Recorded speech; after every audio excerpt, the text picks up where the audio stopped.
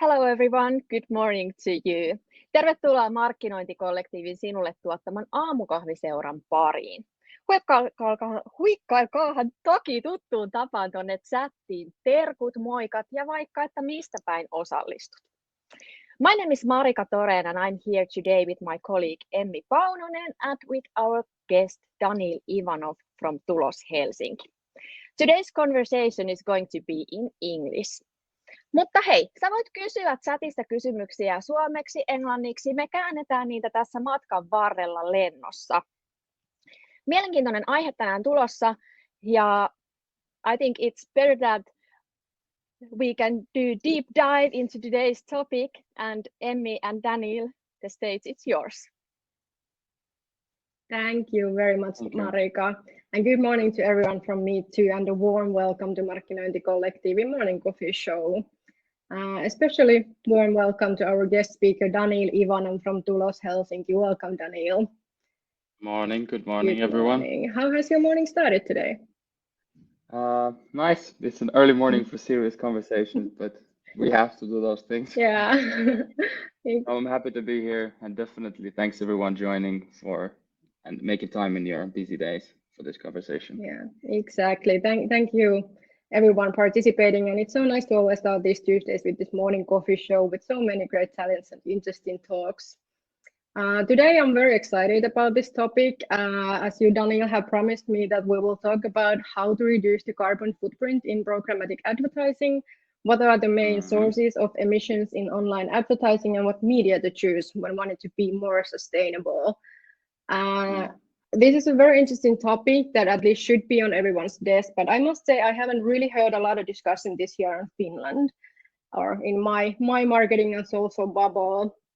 In terms of sustainable future, the emissions caused by the internet and digital advertising matter, and they should be strongly addressed.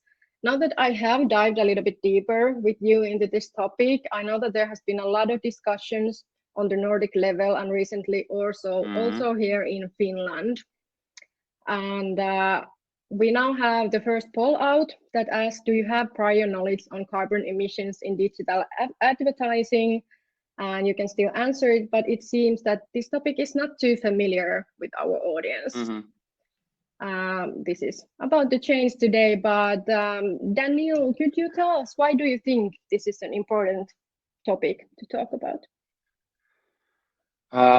Well, I think first and foremost, there have been changes or future possible changes in European policies and regulations on the advertisement measurements and emission measurements. And this is an important topic because it's starting to find its way to programmatic universe. And actually, one of the questions that I've seen was submitted for this presentation was why is this a hot potato in programmatic? And simply saying it's all about timing and also ecosystem of programmatic. And timing wise, there's been a lot of partnership announcements with big players who have partnered with the providers that can measure or reduce the carbon footprint.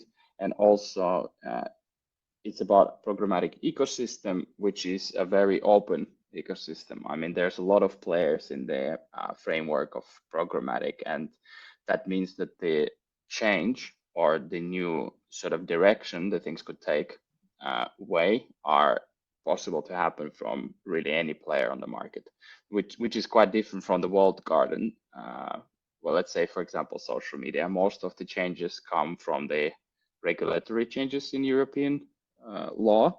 But in programmatic, any player can make a change. So that's why it's an important topic in programmatic.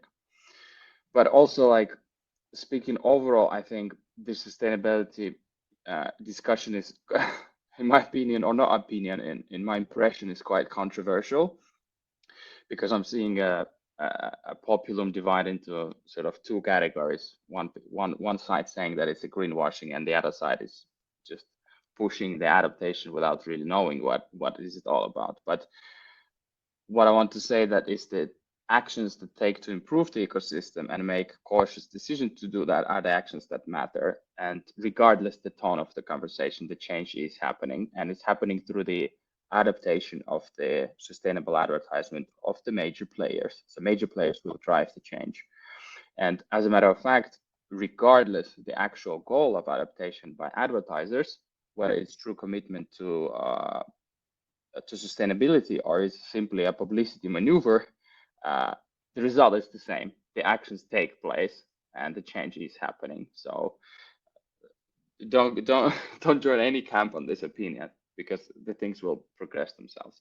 And also to preface this whole conversation, this is relatively new direction the programmatic is taking. So a lot of sort of reporting and understanding of the models is quite unique to the provider of the solution or the validating body within even programmatic. So different companies measure it and validate differently.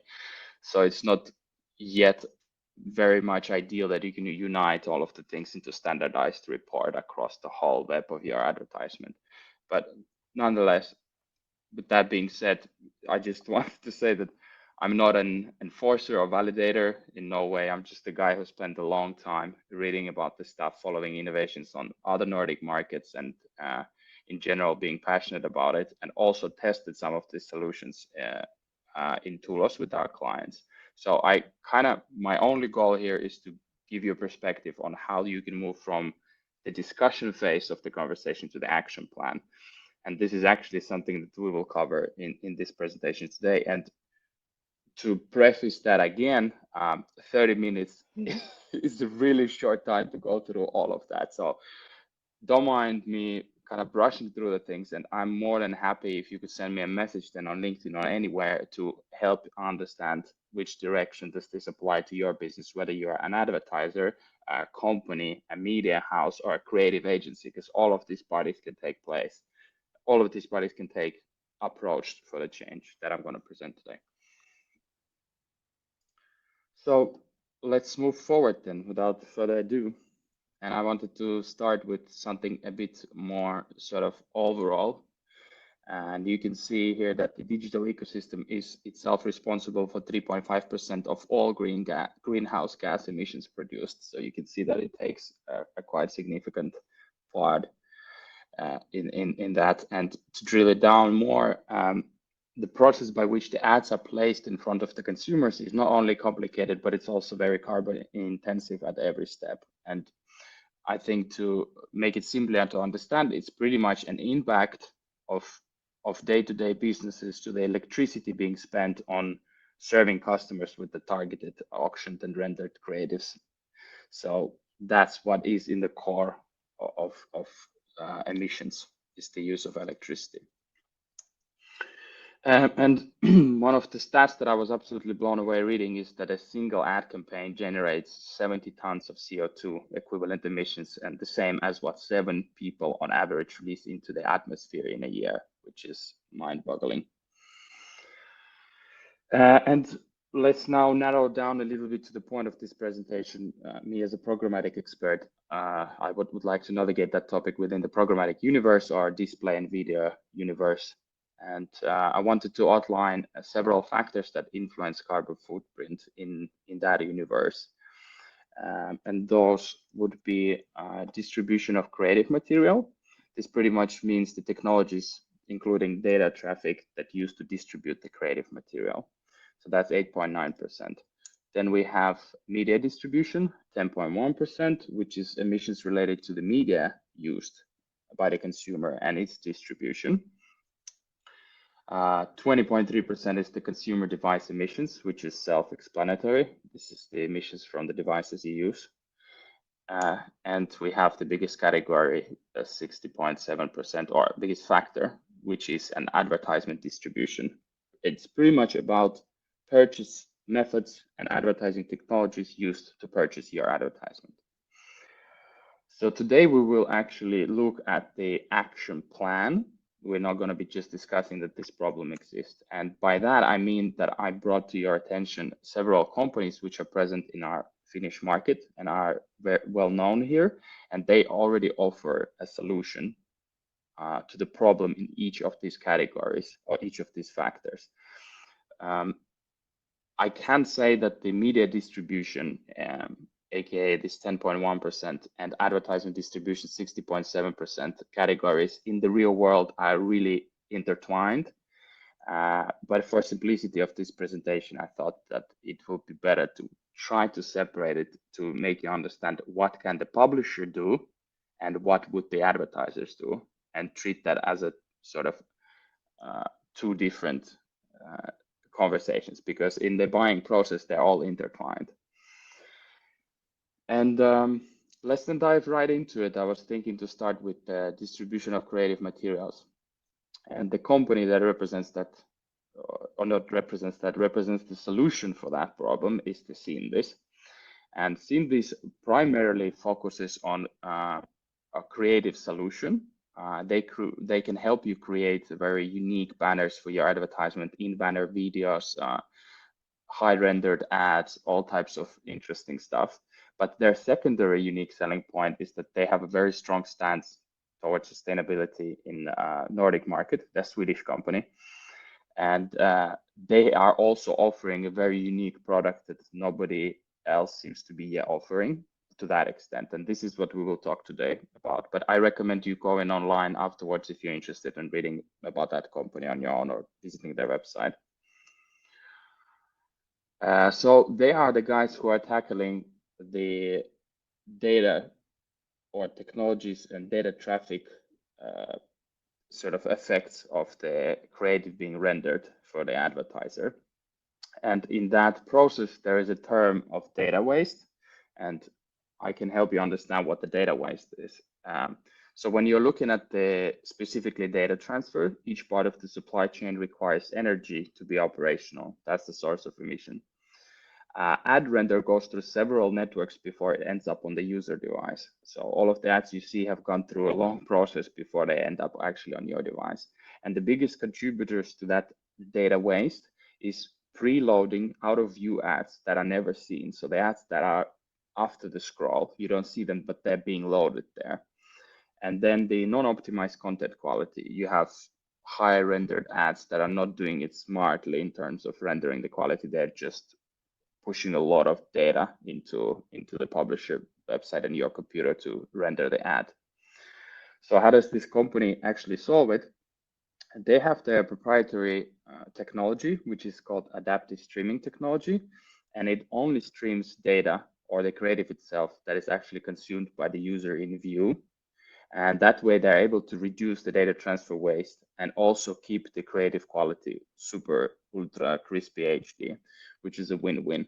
And to use a bit more simpler terms, it's pretty much similar to what you get to see every day when you watch Netflix or HBO, let's say. The HBO Netflix doesn't upload the whole movie to your TV, and by that transferring a large amount of gigabytes of the movie to your computer so you can watch it, right? What really happens there is that throughout the time you are watching, the loading of the movie happens at the same time you are watching. And as soon as you stop watching, the movie doesn't load anymore to your computer. So this is exactly what they are doing with the creatives, that they're being streamed when they're in view and piece by piece. And that also allows them to have a really high quality creatives. The question of how do they actually measure things? So they have a model which is based in multitude of parameters related to the creative itself, its quality, its delivery through the chain, and also caching, so some deep technical protocols. And SeenThis tracks the data transfers when delivering creatives to the end user across the globe. And their measurement allows them to provide transparent and granular reporting of data transfers related to the creative delivery. And in order to automatically evaluate avoided data transfers, SeenThis has developed a methodology for both video and static ads based on campaign-specific data. So this is something you can see on the right side of the slide, that you are able to get a very precise information on data reduced or data transferred. And then that information of data waste reduction is being remoduled into the CO2 equivalent. And after that, the CO2 equivalent is being calculated to something that is even more simpler to comprehend. Like in this example, you can see it's kilometers driven by a passenger car. So this is the report you can actually get with each campaign actively. You can see these numbers. And also important question is who is validating the data, or how do they come to those conclusions? And Syndis has worked extensively with industry experts in developing their understanding of the climate impact of data transfer. And they have used the carbon key derived from the economy's carbon key methodology, which converts data savings into the CO2 emission equivalents. And the economy, if you know or if you don't know, is a leading provider in applied impact solutions. And you can always read online about them a little more. So this is in a nutshell what Syndis does. And this is the summary slide for you. I wanted to bring to your attention so you remember something after this meeting. Syndis allows you to render an ultra HD ad. They have self-service platform where you could build your creatives to any way you want to build them. They use the adaptive streaming technology. You have access to the emissions dashboard. You have access to the emissions calculator. There on top left corner, there's a description or sort of a look at the whole supply chain before your creative gets to your screen. And also, after some of their research, they're able to give a powerful statement or strong statements, which are, for example, that the data transfer demand will grow by 20% each year. So the solutions of this kind are important. And also they were able to conclude with the economy together that the data transfer is 60 million tons of CO2 emissions each year, which equivalents to 33 million flights from New York to Berlin. Mind-boggling. But to move forward with this, we need to look then at the other factor, which was the media distribution, which was emissions related to media used and by the consumer and distribution of that media. But in this particular case, I decided to bring Alma because Alma has taken a stance on being able to measure, calculate, and show their clients an emission equivalent from their campaigns. And also, we will talk here a bit what could the publisher, or what is the root of the problem. Some of the publisher websites are heavy on emissions. This is the angle we will take here. So a little bit about Alma on this topic and what is Alma actually offering. And Alma is a first Finnish-based publisher to offer its advertisers a carbon footprint calculation of digital campaigns as a part of their campaign reporting. And emissions generated by advertising published on Alma media ads networks are reported to the consumer on campaign-to-campaign basis. So why does Alma actually care about it? The Alma aims to help consumers recognize the factors that influence the carbon footprint in digital advertising, as well as that they want them to encourage to choose advertising solutions or media baskets that are better for the environment. And here on the right, you can see that Alma offers this hiilimittari report that you can understand also the contribution of the emissions within your campaigns. And how do they measure it? The campaign-specific carbon footprint calculation model is based on or powered by Scope 3 integration with Alma with an open source emission model to measure end-to-end delivery of the ad.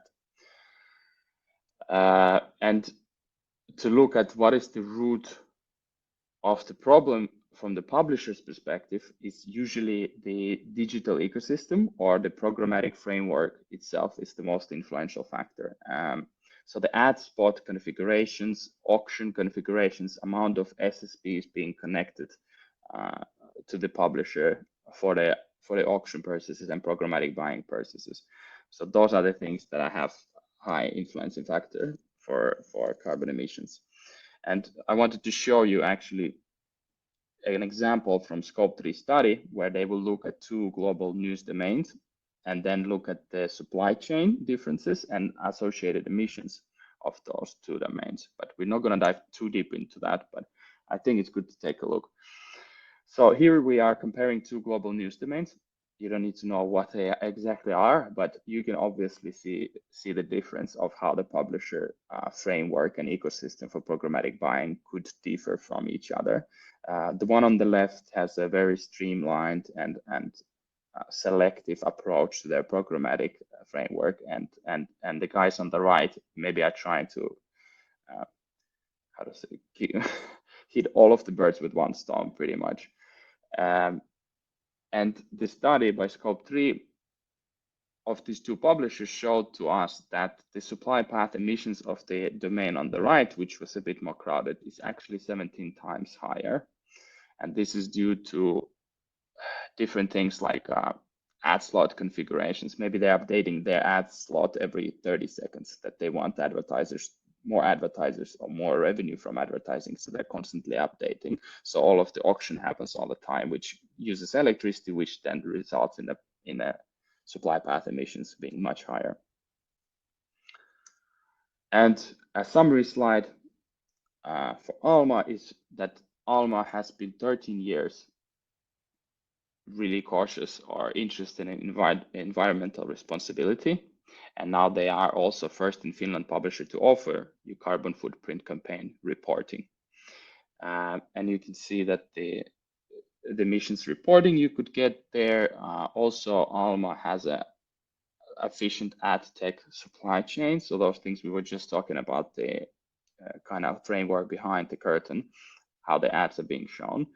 And Alma itself recommends the advertisers to determine their footprint or be interested in determining it at least. Make a database decisions, which could lead to buying a low emission media. And as a rule of thumb in Finland, it would mostly mean, well, not mostly, but most likely mean buying domestic media. And you can see that their integration with Scope 3 is what powers this whole calculations and method of calculating. And they were also able, together with Scope 3, determine that a single campaign, which, for example, generates 1.5 million impressions, is equals to 1 metric ton of CO2, equivalent of 200,000 plastic bags or carbon in plastic bags. So there's a big footprint there. Okay. Last but not least is, of course, the advertisement distribution. So it's a purchasing method and advertising technologies related to the purchasing. And here we will take example of Adform, which has now taken a stance and announced a partnership with Scope 3 themselves and direct integration. So what does it do? Well, first and foremost, the Adform's newer updated DSP flow is running on renewable energy. As a matter of fact, 97% of electricity the Adform's data centers used in 2022 come from renewable sources. But more applicable to our conversation is the carbon footprint, and they have announced a partnership with Scope 3 to be able to reduce carbon footprint of your campaigns within Adform with the direct integration. So what do you get with this type of things or functions within the Adform? That you get a progressive report on carbon cost per 1,000 impressions you are purchasing once you activate the feature for your campaigns. And why do they do that? Because Adform believes, and after studies conducted, that the carbon reduction feature powered by Scope 3 wouldn't actually have an effect on your campaign delivery, but we would lower the carbon footprint of your campaigns. So it's a win-win situation. And also they conducted the study in 23, which concluded that 25% of the highest emitting domains account for about 7% of all delivered impressions. So if you would actually remove the highest carbon emitting domains through Scope 3 integration, you can significantly decrease the footprint of your campaigns, which won't interfere with the campaign overall.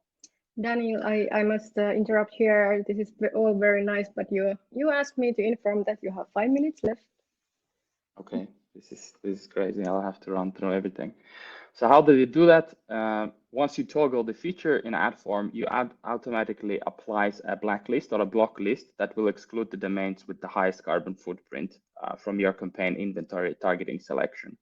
And this block list has most carbon emitting domains that were identified by Scope 3 the day before.